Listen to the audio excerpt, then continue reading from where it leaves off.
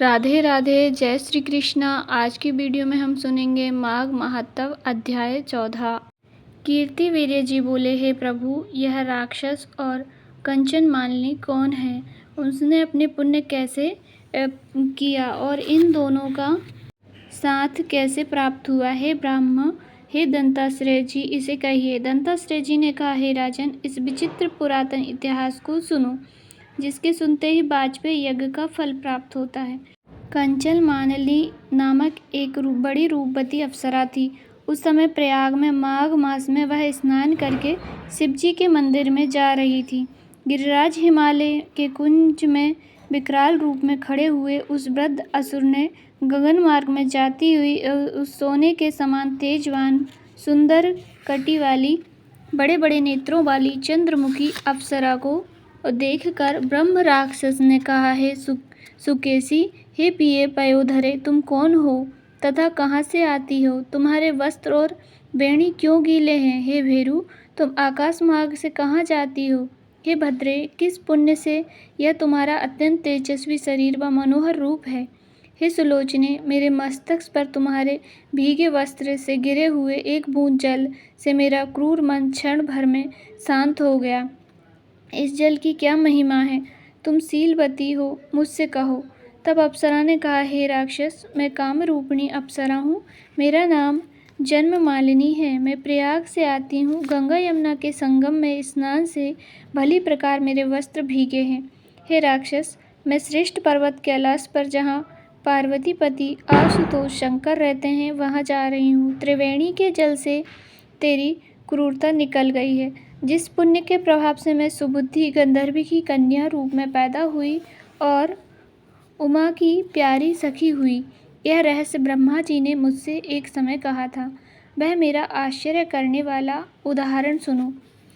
कलिंग देश के राजा की वेश्या थी। रूप लावण्य से पूर्ण दूसरी युवतियों में उस नगर में शिरोमणि थी, जिससे मुझ पर वह सारा संसार मोहित था, तथा अमूल्य वस्त्र, गहने, धन और पोशाक मैंने प्राप्त किए। मेरे पास सुवर्ण की कमी न थी। काम पीड़ित युवा पुरुष मेरे चरणों की सेवा करते थे। कई कामी लोग मेरे लिए आपस में ईर्ष्या करके मृत्यु को प्राप्त हो गए।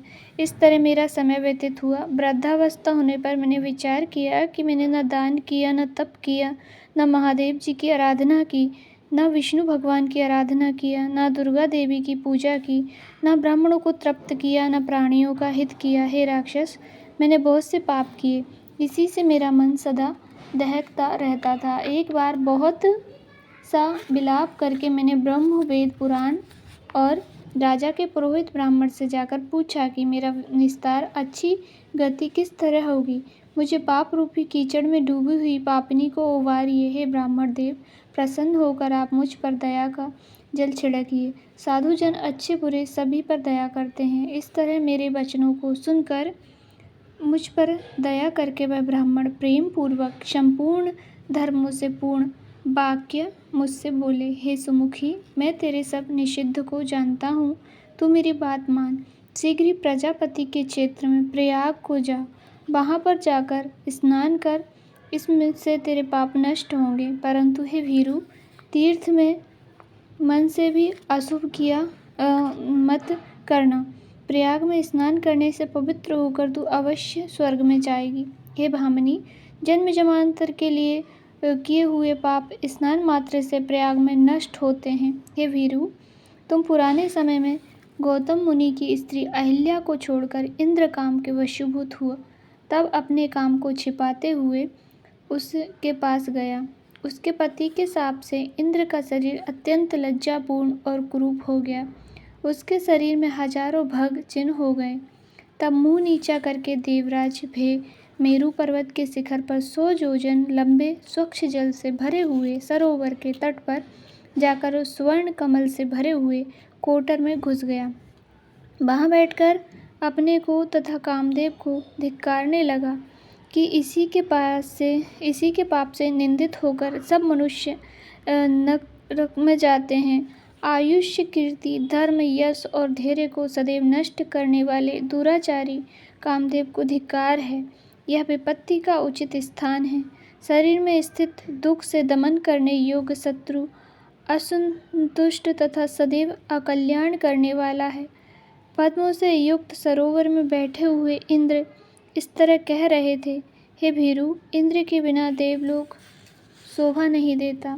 इसलिए देवता, गंधर्व, किन्नर, लोकपाल, इंद्राणी शची के साथ जाकर बृहस्पति से पूछने लगे, हे भगवान, हम नहीं जानते कि इंद्र कहाँ गए, उनको कहाँ देखें। स्वर्ग देवगणों से युक्त होकर भी इंद्र के बिना वैसे ही सुंदरता को नहीं पाता जैसे श्रेष्ठ कुल पुत्र रहित शोभा नहीं देता। आप ऐसा उपाय सोचिए जिससे स्वर्गलोक शोभित होवे और सनात हो जाए। अब देरी नहीं करना चाहिए। इन लोगों का ऐसा वचन सुनकर बृहस्पति जी बोले, अपराध की लज्जा से इंद्र जहाँ स्थित है वहाँ मैं जानता हूँ। इंद्र बिना विचारे काम करने का फल भोग रहा है। नीति को छोड़ने से लोगों को भयंकर कष्ट होता है। राज्य के मद से उन्नत कृत तथा अकृत का विचार न करके दुर्भाग्य से नष्ट बुद्धि होकर लोग मूर्खता के काम करते हैं, जिसके अपराध से इस लोक तथा परलोक के पुण्य नष्ट हो जाते हैं। तब जहाँ पर इंद्र था वहाँ सब मनुष्य बृहस्पति को लेकर चले और उस बड़े सरोवर में इंद्र को देखकर उसे समझाने लगे, जिससे ज्ञान होने पर और बृहस्पति के आग्रह पर कमल कलियों से इंद्र निकले। उनका मुख मलिन और कुरूप था, उनकी आँखें लज्जा से बंद थी। इंद्र ने जब बृहस्पति के चरण पकड़कर कहा, हे बृहस्पति जी, इस पाप से उद्धार होने का उपाय कहिए। इंद्र के वचन सुनकर विप्रवा बृहस्पति ने कहा, देखो राजा, प्रयाग में स्नान करते ही तुम पाप से छूट जाओगे। चलो तुमको लेकर हम लोग वहाँ चलें।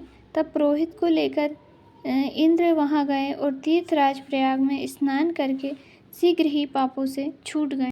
तब बृहस्पति जी ने प्रेम के वशीभूत होकर उनको वरदान दिया, हे इंद्र, हमारे प्रसाद से शीघ्र पापों से मुक्त होने पर तेरे शरीर में जो 1000 योनि के चिन्ह हैं, 1000 नेत्र हो जाएं।